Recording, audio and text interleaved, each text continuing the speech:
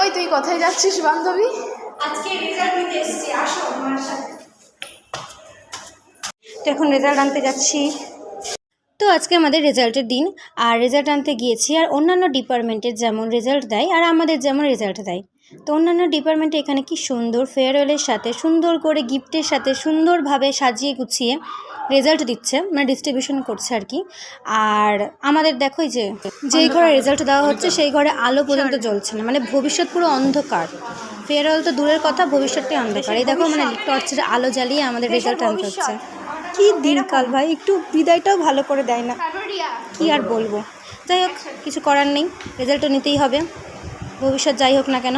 আর তারপর পূজা আমাকে একটা চকলেট খাওয়ালো। অনেক দিন থেকে পূজাকে বলেছিলাম, বাট পূজা তো খাওয়ায়নি, আজকে খাওয়ালো ফাইনাল। আর কি, যদি ফেয়ারওয়েল দেয় তাহলে যাবো ইউনিভার্সিটি, আর না হলে ইউনিভার্সিটির লাইফ এখানেই খাতাম। টাটা বাই বাই, ভালো থাকিস সবাই, দেখা হবে অন্য কোনো জায়গায় অন্য কোনো সময়।